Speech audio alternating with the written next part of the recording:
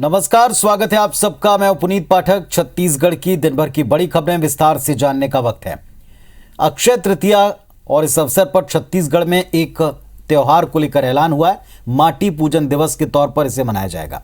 माटी पूजन दिवस पर राजधानी में राज्य स्तरीय आयोजन किया जाना है। कार्यक्रम में मुख्यमंत्री भूपेश बघेल और कृषि मंत्री रविन्द्र चौबे शामिल होंगे। इस अवसर पर राज्य भर में कार्यक्रम होने हैं। इस कार्यक्रम में जनप्रतिनिधि समेत किसान और दूसरे नागरिक भी शामिल होंगे। इधर भारतीय जनता पार्टी इसे जनता का ध्यान मूल मुद्दों पर से हटाने की कवायद बता रही।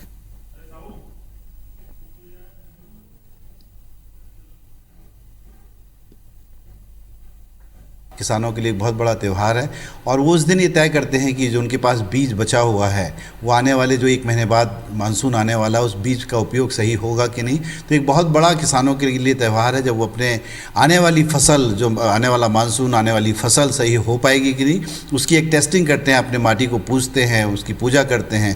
और ये प्रदेश की सरकार तो हर त्योहारों में नौटंकी करने लगी है। भारत की संस्कृति है, हम सोकर भी उठते हैं तो धरती को नमन करते हैं और पांव छूकर आगे बढ़ते हैं। ये सरकार वर्मी कंपोस्ट के नाम पर घटिया गोबर और मिट्टी दे रही है, जिसको डालने से खेत में जीव जंतु कीटाणु बढ़ रहे हैं। फिर केमिकल डालते हैं जिससे उर्वरक क्षमता कम हो रही है।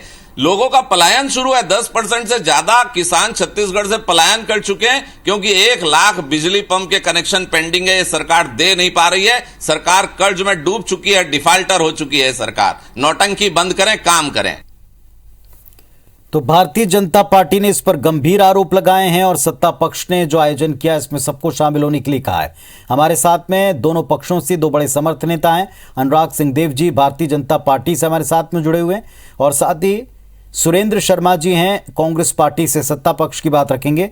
सुरेंद्र शर्मा जी, अक्षय तृतीया पर जिस आयोजन की बात, जिस धरती उत्सव की बात की गई, पूजन की बात की गई, इसे बीजेपी नौटंकी और मूल मुद्दों पर से ध्यान हटाना कह रही। दरअसल में भारतीय जनता पार्टी बहुत कंफ्यूज है। इनको ये समझ में नहीं आता। एक तरफ सनातन धर्म की बात करते हैं, हिंदू धर्म की बात करते हैं। हमारे छत्तीसगढ़ की परंपरा है कि हम किसी भी चीज को जब हाथ लगाते हैं तो उसका पूजन करते हैं। और जो अक्षय तृतीया का जो त्योहार है वो हमारे लिए एक तरफ से कृषि के नए सत्र के आरंभ की परिस्थिति होती है।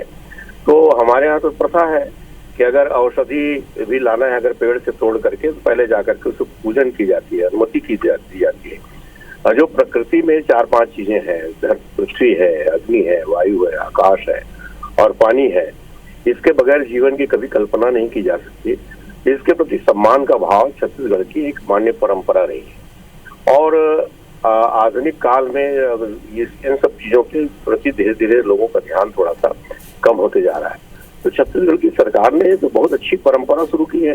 हम बासी खाते हैं तो इसको ये बकवास बताते हैं, इनको ये नौटंकी लगता है। हम जब तीज त्योहार की बात करते हैं, जब हमारी बेटियां आती हैं अपने मायके में साल भर में, तो वो भी इनको बकवास लगता है। किसानों को धान का पैसा देना इनको बकवास लगता है। इनको क्या चीज अच्छा लगता है, मेरे को समझ में नहीं आता। भारतीय जनता पार्टी दरअसल में छत्तीसगढ़ की संस्कृति को, छत्तीसगढ़ की जन भावनाओं को, छत्तीसगढ़ की परंपराओं को समझने में असफल रही है। इसी कारण लगातार छत्तीसगढ़ की जनता, ठीक है, इस बात का उत्तर हम लेते हैं सुरेंद्र जी। अनुराग जी हमारे साथ में जुड़े। अनुराग जी, छत्तीसगढ़ की संस्कृति को बीजेपी नहीं समझती और क्यों नौटंकी बता रहे हैं आप?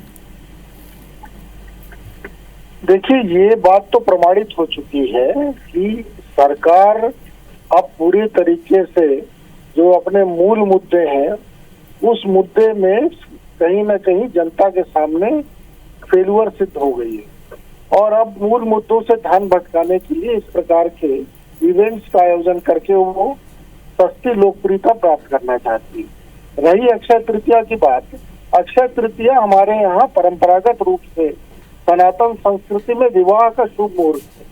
और जब भी विवाह का शुभ मुहूर्त होता है तो स्वाभाविक रूप से माटी पूजन होता है, उसमें कोई नई बात नहीं है। लेकिन इसको एक नए स्वरूप में या एक तरीके से ऐसे मुद्दे पर एक क्षेत्रीयता का प्रचार करने की दृष्टि से ये काम किया जा रहा है। और वहीं जहाँ तक बोरेबासी की बात है, अब मजदूर कल्याण की सारी योजनाएं इस सरकार ने बंद कर दिया, ताले लगा दिए उस पर। गरीब कल्याण के काम में ये पूरी तरीके से फेलुअर है। तो गरीब के बेटे को, मजदूर के बेटे को मजदूर नहीं बनाना है, कोई बोरेबासी खाने वाला नहीं बनाना है, उसको तो आगे बढ़ाना है। उसकी चिंता और कल्पना छोड़कर, उसके लिए योजना बनाने को छोड़कर इस प्रकार के ढकोसलेबाजी का काम ये सरकार कर रही है। और ठीक है, इसीलिए सुरेंद्र जी उत्तर देंगे। इसकी आलोचना हो रही है। भाई निश्चित रूप से देखिए, एक तो अनुराग सिंहदेव जी को मैं बता देना चाहता हूँ, वो भी हमारे छत्तीसगढ़ के, और मेरे ख्याल से अगर किसानी करते होंगे तो उनको ये पता होना चाहिए कि अगती का जो सीजन होता है, पुराने समय में तो हम इसी समय नौकर लगाया करते थे, और खेती का नया खरीफ फसल की तैयारी का प्रारंभ काल माना जाता है। और इसमें हमारी मान्य परंपरा बहुत लंबे समय से रही है कि हम जाकर के भूमि पूजन करके पृथ्वी माता से कृषि करने की अनुमति मांगते हैं। तो इस परंपरा को अगर नहीं, पर इसे इवेंट की शक्ल दे रही है सरकार, बार बार यह आरोप लग रहा है। तो क्यों ना दे भाई, हमको अपनी संस्कृति पर गर्व नहीं होगा, अपनी बोली भाषा पर गर्व नहीं होगा, अपने व्यंजन पर गर्व नहीं होगा, अपने परंपराओं पर गर्व नहीं होगा, तो हमको अपने प्रदेश पर भी गर्व नहीं होगा, हमको अपनी किसानी पर गर्व नहीं होगा, हमको अपनी मजदूरी पर गर्व नहीं होगा। ठीक है अनुराग जी, तो हमको गर्व तो होना चाहिए ना, तभी तो हम यदि कांग्रेस को गर्व होता, आगे बढ़ सकते हैं। यदि कांग्रेस को गर्व होता तो छत्तीसगढ़ का निर्माण बहुत पहले कर दिया होता कांग्रेस ने। अटल बिहारी वाजपेयी जी को छत्तीसगढ़ का निर्माण 2000 में करना पड़ा। ये बताता है कि छत्तीसगढ़ के प्रति इनकी क्या भावना रही। चलिए ठीक है, जनता ने आप दोनों पक्षों को सुन लिया। जनता तय करेगी कि ये त्योहार क्या केवल एक पॉलिटिकल दिखावा है या वास्तविक तौर पर सांस्कृतिक पहचान को अब वास्तव में महत्व मिलना शुरू हुआ है। दोनों का शुक्रिया, आप दोनों का अपनी अपनी बात रखने के लिए। रायपुर से एक बड़ी खबर है। कल अक्ती त्योहार और माटी पूजन दिवस, इसको लेकर बड़ी खबर। सीएम भूपेश बघेल परंपरागत विधि विधान से पूजा करेंगे, खेत में ट्रैक्टर चलाकर बीज बुआई करेंगे। कृषि अभियांत्रिकी कॉलेज के नए भवन का लोकार्पण होना है। जैविक दूध उत्पादन के लिए डेयरी का भी लोकार्पण करने वाले हैं। डॉपलर वेदर रडार का भी स्थापना होने वाली है। मिलेट्स के जीनोम सीक्वेंसिंग के लिए अनुसंधान कार्य योजना, इसका भी शुभारंभ होगा। कृषि रोजगार मोबाइल ऐप की लॉन्चिंग होगी। किसानों को उन्नत बीज, पौध सामग्री और कृषि यंत्रों का वितरण होगा। तो कल जो त्योहार मनाया जा रहा है अक्ती त्योहार, इसको लेकर के पूरा प्लान सामने आया। सीएम भूपेश बघेल परंपरागत विधि विधान से पूजा करेंगे धरती की, भूमि की, और इसके बाद ट्रैक्टर चलाकर बीज बुआई होगी और कई सारे लोकार्पण के और कृषि कार्यों से जुड़े काम होने। जैविक दूध उत्पादन के लिए डेयरी का लोकार्पण।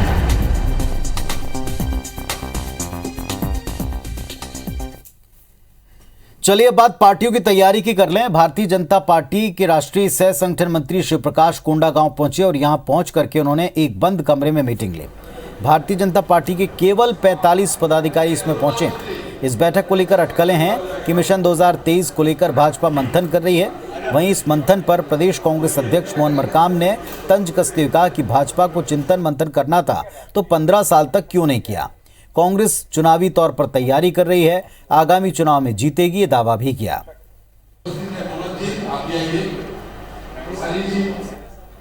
राष्ट्रीय सह संगठन मंत्री आए थे, उन्हें बस्तर संभाग के भारतीय जनता पार्टी के संगठन के कार्यों की समीक्षा की और जो आगामी संगठन के कार्यक्रम है, ये कार्यकर्ता इस सरकार की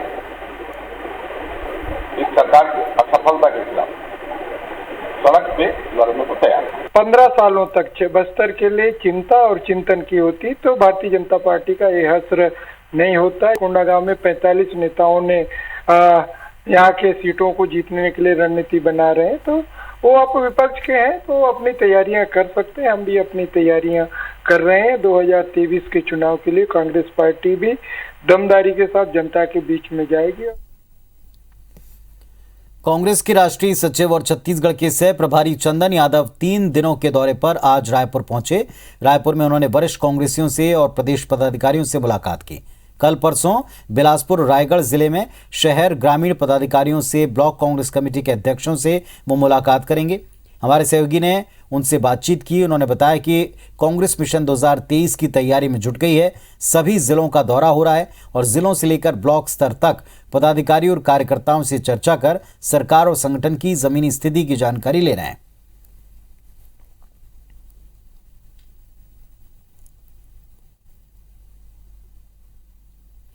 कांग्रेस के राष्ट्रीय सचिव और छत्तीसगढ़ के प्रभारी सचिव डॉक्टर चंदन यादव 3 दिवसीय दौरे पर, छत्तीसगढ़ के 3 दिवसीय दौरे पर आए हैं। आज वो यहाँ पर वरिष्ठ कांग्रेसी नेताओं से मेल मुलाकात कर रहे हैं। कल बिलासपुर में जाएंगे, वहां पर बैठक लेंगे ब्लॉक स्तर तक के पदाधिकारियों के, उसके बाद रायगढ़ भी जाएंगे। तो ये 3 दिवसीय दौरे के पीछे क्या एजेंडा लेकर वो आए हैं, हम उनसे बात करते हैं। आप 3 दिवसीय दौरे पर यहाँ पर आए हुए हैं, इसके पहले सप्तगिरी उल्का जी आए थे, फिर पीएल पुनिया जी आए थे। तो क्या मिशन 2023 और 24 की तैयारी के रूप में इसको देखा जा रहा है?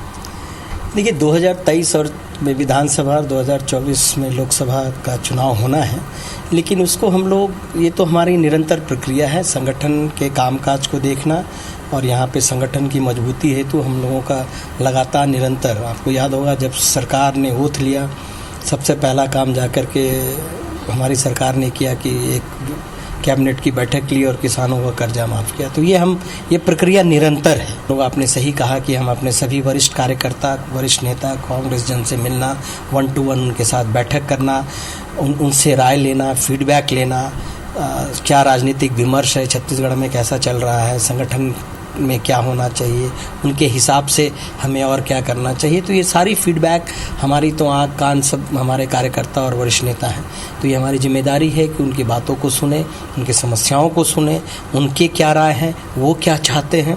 तो सभी ये चीज़ जानना और फिर उसके हिसाब से अपने नेताओं के बीच बैठ करके उस सब का हल करना। तो और कुल मिलाकर ये जो प्रक्रिया चल रही है वो इस हिसाब से चल रही है कि कांग्रेस के राष्ट्रीय पदाधिकारी से लेकर ब्लॉक स्तर तक का जो पदाधिकारी है वो लोगों के बीच जाए और उस क्षेत्र में क्या चल रहा है, लोगों की क्या प्रतिक्रिया है, सरकार के प्रति क्या प्रक्रिया है, वो टोल लेने की कोशिश यहाँ पर जारी है। और इसी सिलसिले में राष्ट्रीय पदाधिकारियों का दौरा भी छत्तीसगढ़ का जारी है।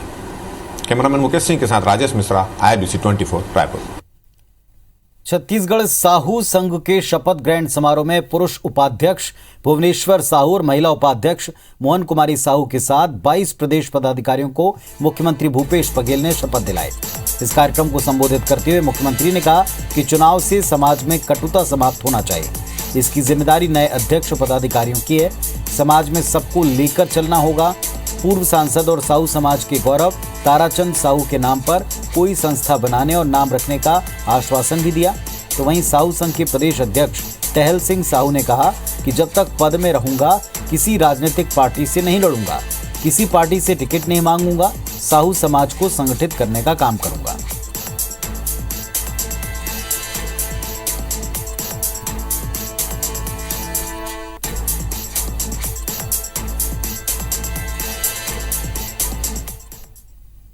अर्जुन हनुमानी जी के आकस्मिक मृत्यु होने के बाद ये चुनाव कराएगी। इस भाई अंदर और पूरा टीम जिम्मेदारी दी गई। तो मैं भाई टहल जी और पूरा टीम खूब सारा बधाई भाई टहल जी के और पूरा टीम की ये जिम्मेदारी की कटता समाप्त होना चाहिए, जल्दी जल्दी हो। दिव्यांगजन कौशल विकास पुनर्वास एवं सशक्तिकरण समेकित क्षेत्रीय केंद्र के भवन का आज राजनांदगांव में भूमि पूजन किया गया। शिलान्यास कार्यक्रम में केंद्रीय सामाजिक न्याय मंत्री डॉक्टर वीरेंद्र कुमार, पूर्व मुख्यमंत्री डॉक्टर रमन सिंह, सांसद संतोष पांडे मौजूद रहे। लगभग 25 करोड़ की लागत से ये भवन बनकर तैयार होगा। 21 प्रकार के दिव्यांगों के लिए इलाज, प्रशिक्षण, पुनर्वास के साथ दिव्यांग बच्चों और उनके अभिभावकों को इस सेंटर में प्रशिक्षण मिलेगा। इस सेंटर में हर उम्र के दिव्यांगों के लिए सभी प्रकार की सेवाएं और पुनर्वास की सुविधा मिलेगी। इसके साथ ही दिव्यांगों का स्किल डेवलपमेंट करके उन्हें अपने बलबूते पर जीविका चलाने के लिए तैयार किया जाएगा। वहीं उनकी नौकरी की व्यवस्था के लिए भी काम होगा। भूमि पूजन कार्यक्रम के अवसर पर छत्तीसगढ़ के अलग अलग जिलों से आए लगभग 500 दिव्यांग लाभार्थियों को यहाँ PLM किट, ब्रेल किट और व्हील चेयर दी गई। दिव्यांगजन ये बहुत बड़ा काम राजनांदगांव में मैं कहूँगा जितने काम अभी तक हुए हैं, यदि मुझे व्यक्तिगत कहा जाएगा तो भावनात्मक दृष्टि से और बाकी दृष्टि से ये सबसे बड़ा काम है मेडिकल कॉलेज के बाद, कि एक ऐसा सेंटर जो पूरे छत्तीसगढ़ के लोगों के लिए एक आशा और उम्मीद का केंद्र बनेगा। भव्य बिल्डिंग बनेगा दिव्यांगों के लिए, जिसमें एक छत के नीचे सर्व सुविधा होगी और पूरे क्षेत्र के ऐसे दिव्यांगजनों को इसका लाभ मिलेगा। आज उसका भूमि पूजन हो चुका है और 1.5 साल के अंदर बिल्डिंग भी बनकर तैयार हो जाएगी। ये पूरे 21 जो डिसेबिलिटीज़ हैं उन सभी के लिए यहाँ पर सेवाएं प्रदान करते हैं। एंड इसमें जो है सबसे पहले ये लाइफ स्पैन अप्रोच है, मतलब जीरो से लेके लाइफ स्पैन मतलब अंत तक यहाँ पे हर आदमी को हर एक प्रकार की सेवाएं दी जाएगी। राजधानी रायपुर के तेलीबांधा निवासी मार्कंडे परिवार अपने घर के मुखिया की खुदकुशी के बाद इंसाफ की गुहार लगा रहा है। पुलिस ने दोषी कारोबारियों और उनके सहयोगियों के खिलाफ मामला दर्ज कर दिया है। एक रिपोर्ट देखिए।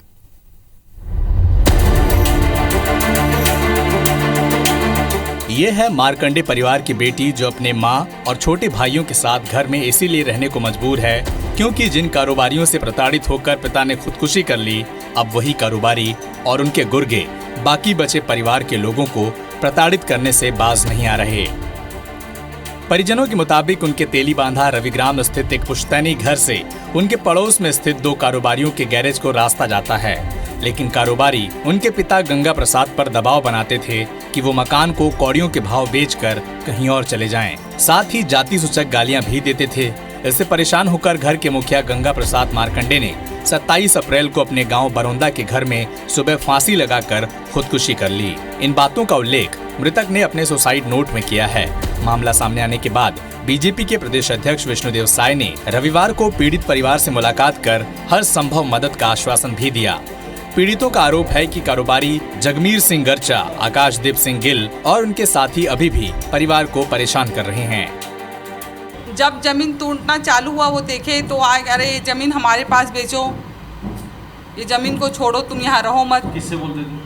मेरे पिताजी से बोलते थे सर। मैं चाहती हूँ कि मेरे पापा को न्याय मिले सर, उनको सजा मिले, है ना, और मेरे फैमिली को प्रोटेक्शन मिले। सरदार जगमीर सिंह गर्चा और सरदार उनके भांजा है वो लोग, और आकाशदीप गिल। ये आकाशदीप गिल रोज आकर परेशान कर दे सर कि ये घर बेचो, मकान बेचो। पुलिस के मुताबिक परिजनों ने एक सुसाइड नोट लाकर दिया है जो सेल्स टैक्स में क्लर्क रहे गंगा प्रसाद मार्कंडे की खुदकुशी से पहले 9 अप्रैल को लिखा हुआ है।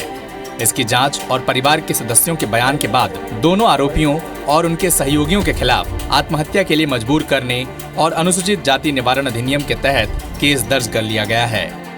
मतलब सुसाइड नोट एक पुलिस को दिया गया है जिसका भी परीक्षण किया गया है। इसमें प्रथम दृष्टया धारा 306 आत्महत्या के लिए दुष्प्रेरण का और अनुसूचित जाति जनजाति निवारण अत्याचार निवारण अधिनियम का मामला पाए जाने से इसमें एक जगमीर सिंह गर्चा और आकाशदीप गिल एवं अन्य के खिलाफ में अपराध पंजीबद्ध किया गया है और पंजीबद्ध करके इसमें साक्ष्य संकलन करके और आगे की विवेचना कार्रवाई की जा रही है। हालांकि पुलिस ने मामला तो दर्ज कर लिया, लेकिन अभी तक आरोपी कारोबारियों की गिरफ्तारी नहीं हुई है, जिसकी वजह से ये पीड़ित परिवार अभी भी दहशत में जीने को मजबूर है और पुलिस प्रशासन से इंसाफ की गुहार लगा रहा है।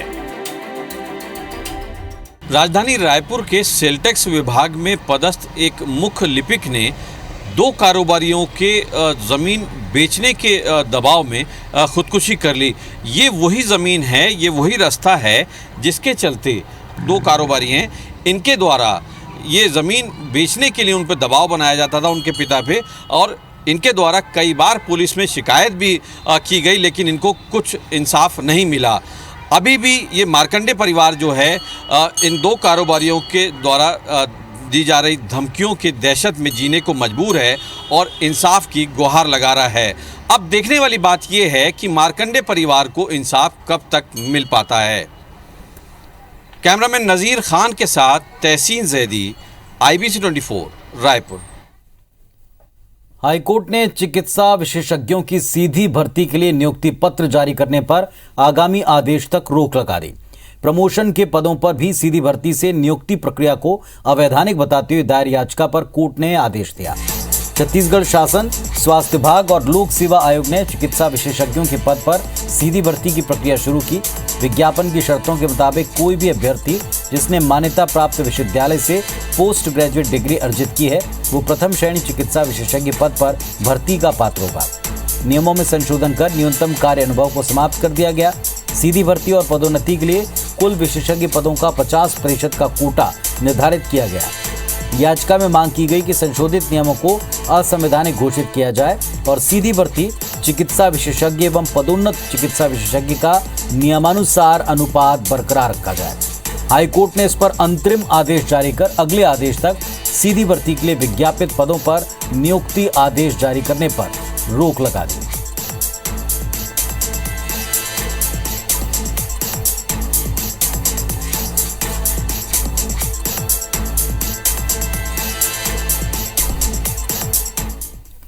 तो इस बुलेटिन में फिलहाल इतना ही। खबर अपडेट्स के लिए आप लगातार देखते रहें IBS 24। आगे देखें मध्य प्रदेश की खबरें मेरे सहयोगी राहुल सौमित्र के साथ। नमस्कार।